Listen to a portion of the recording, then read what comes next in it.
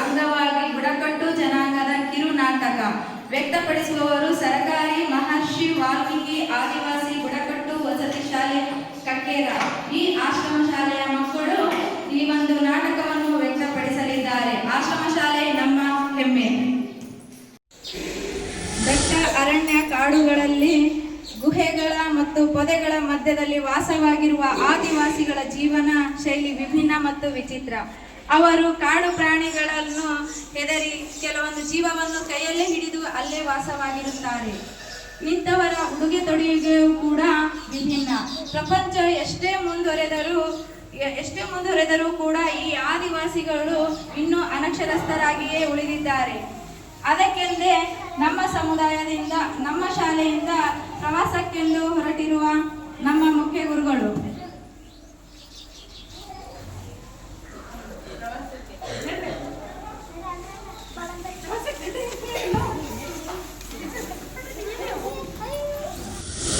ಸರಕಾರಿ ಮಹರ್ಷಿ ವಾಲ್ಮೀಕಿ ಆದಿವಾಸಿ ಬುಡಕಟ್ಟು ವಸತಿ ಶಾಲೆಯ ಮುಖ್ಯ ಗುರುಗಳು ಮಕ್ಕಳನ್ನು ಪ್ರವಾಸಕ್ಕೆಂದು ಈ ಆದಿವಾಸಿ ಬುಡಕಟ್ಟು ಜನರು ವಾಸವಾಗಿರುವ ಕಾಡಿನೆಡೆಗೆ ಕರೆದುಕೊಂಡು ಹೋಗುತ್ತಿರುತ್ತಾರೆ. ಇದನ್ನು ಕಂಡಂತಹ ಅಲ್ಲಿ ಮಕ್ಕಳು ಇವರನ್ನು ನೋಡಿ ವಿಚಿತ್ರ ಮತ್ತು ವಿಭಿನ್ನರಾಗಿದ್ದಾರೆ ಎಂದು ಅವರು ಆಶ್ಚರ್ಯಚಕಿತರಾಗಿ ಈ ಮಕ್ಕಳನ್ನು ವೀಕ್ಷಿಸುತ್ತಾ ನಿಲ್ಲುತ್ತಾರೆ.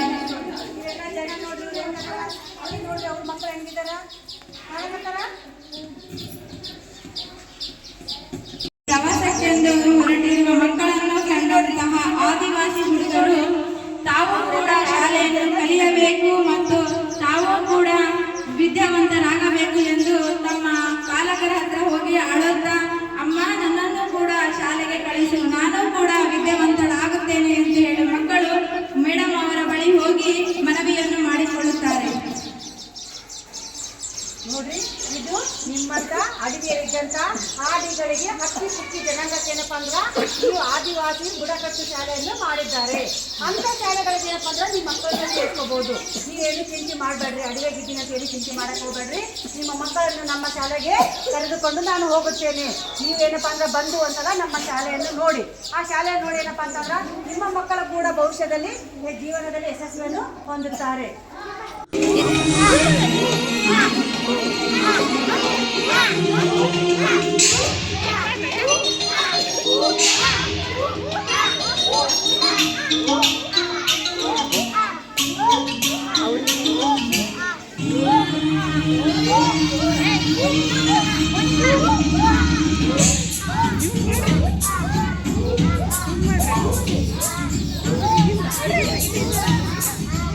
ಅಡವಿ ದೇವಿಯ ಹಾಡು ಜನಗಳ ಈ ಹಾಡು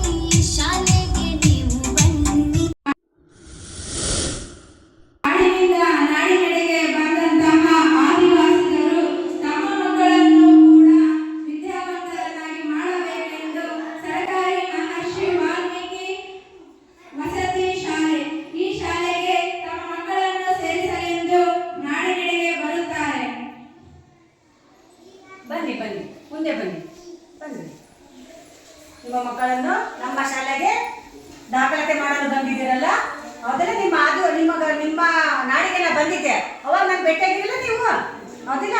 ಅದಕ್ಕಾಗಿ ಏನಪ್ಪಾ ಅಂದ್ರೆ ನಾನು ನಿಮ್ಮ ಮಕ್ಕಳನ್ನು ಇಲ್ಲಿ ದಾಖಲಾತಿ ಮಾಡಿಕೊಳ್ಳುತ್ತೇನೆ. ನಮ್ಮ ಶಾಲೆಯಲ್ಲಿ ಏನೇನಾದ್ರು ನಿಮ್ಗೆ ಹೇಳ್ಬೇಕಲ್ಲ, ನಾನು ಕೇಳ್ತೀರಾ ಹೇಳಿದ್ದು? ನಮ್ಮ ಶಾಲೆಯಲ್ಲಿ ಒಳ್ಳೆ ಶಿಕ್ಷಕರಿದ್ದಾರೆ, ಅನುಭವಂತ ಶಿಕ್ಷಕರಿದ್ದಾರೆ. ಶಿಕ್ಷಕರು ನಿಮಗೆ ಒಳ್ಳೆಯ ನಿಮ್ಮ ಮಕ್ಕಳನ್ನು ಒಳ್ಳೆ ಭವಿಷ್ಯದಲ್ಲಿ ಜೀವನವನ್ನು ನಡೆಸಲು ಅವರನ್ನು ನುರಿತ ಮಾಡ್ತಾರ. ಆಮೇಲೆ ಏನಪ್ಪಾ ಅಂದ್ರೆ ನಮ್ಮಲ್ಲಿ ಉಚಿತ ಸಮವಸ್ತ್ರ ಅಂದ್ರೇನು ಇಲ್ಲಿ ನೋಡ್ರಿ. ಈಗ ಮಕ್ಕಳಿಗೆ ಏನಪ್ಪಾ ಅಂದ್ರ ನಾವು ಬಟ್ಟೆಗಳನ್ನು ಕೊಡ್ತೀವಿ. ನೀವು ಬಟ್ಟೆನೂ ಕೊಡೋದಿಲ್ಲ, ಮಕ್ಕಳಿಗೆ ಬಟ್ಟೆ ಕೊಡ್ತೀವಿ, ಕಾಪಿ ಕೊಡ್ತೀವಿ, ಇಲ್ಲಿ ನೋಡಿ ಕಂಪಾಸ್ ಕೊಡ್ತೀವಿ, ಇಲ್ಲಿ ನೋಡ್ರಿ. ಆಮೇಲೆ ಏನಪ್ಪಾ ಅಂದ್ರ ಮುರಾರ್ಜಿ ಶಾಲೆ ಅಂತ ಬರುತ್ತೆ. ನಮ್ಮ ಶಾಲೆಯಿಂದ ಏನಪ್ಪಾ ಅಂದ್ರ ಮುಂದೆ ನೀವು ಮಕ್ಕಳು ಓದ್ಬೇಕಪ್ಪ ಅಂದ್ರ ಮುರಾರ್ಜಿ ದೇಶ ವಸತಿ ಶಾಲೆಗಳು ಕೂಡ ಇದ್ದಾವ. ಅಂತ ಶಾಲೆಗಳನ್ನು ಕೂಡ ನೀವೇನಪ್ಪಾ ಅಂತಂದ್ರ ಮಕ್ಕಳನ್ನು ಓದಿಸಬಹುದು. ಬುಕ್ಗಳ ಪುಸ್ತಕಗಳನ್ನು ಕೊಡ್ತೀವಿ, ಬಟ್ಟೆ ಕೊಡ್ತೀವಿ. ಇಲ್ಲಿ ನೋಡ್ರಿ, ನಿಮ್ಮ ಮಕ್ಕಳಿಗೆ ಚಳಿ ಆಗ್ಬಾರ್ದಂತ ಸ್ವೆಟರ್ ಕೊಡ್ತೀವಿ. ನಿಮ್ಮ ಮಕ್ಕಳಿಗೆ ಏನಪ್ಪಾ ಅಂತಂದ್ರ ಪುಸ್ತಕಗಳು, ಕಾಪಿಗಳು ಇಟ್ಕೊಳ್ಳೋಕೆ ಏನಪ್ಪಾ ಅಂದ್ರ ಬ್ಯಾಗ್ಗಳನ್ನು ಕೊಡುತ್ತೇವೆ. ನಮ್ಮಲ್ಲಿ ಎಲ್ಲಾ ರೀತಿಯ ವಸತಿ ಸಹಿತ ಆದ ಏನಪ್ಪಾ ಅಂದ್ರ ನಿಮ್ಮ ಮಕ್ಕಳಿಗೆ ಬೆಳಗ್ಗೆ ನಾಷ್ಟ ಕೊಡ್ತೀವಿ, ಮಧ್ಯಾಹ್ನ ಊಟ ಕೊಡ್ತೀವಿ, ಸಾಯಂಕಾಲ ಊಟ ಕೊಡ್ತೀವಿ, ಮಲ್ಕಲಕ್ಕೆಲ್ಲ ವ್ಯವಸ್ಥೆ ಇದೆ. ನಿಮ್ಮ ಮಕ್ಕಳನ್ನು ನಮ್ಮ ಶಾಲೆಗೆ ದಾಖಲೆ ಮಾಡಿ ಹೋಗಿ ಮಕ್ಕಳು, ಗೊತ್ತಾಯ್ತಾ? ಕಾಡಿನಿಂದ ನಾಡಿನೆಡೆಗೆ ಬಂದಂತಹ ಆದಿವಾಸಿ ಮಕ್ಕಳನ್ನು ಆಶ್ರಮ ಶಾಲೆಯಲ್ಲಿ ದಾಖಲೆಯನ್ನು ತೆಗೆದುಕೊಂಡು ಅವರಿಗೆ ಅತ್ಯುತ್ತಮವಾಗಿ ವಿದ್ಯಾಭ್ಯಾಸವನ್ನು ನೀಡುತ್ತಾರೆ.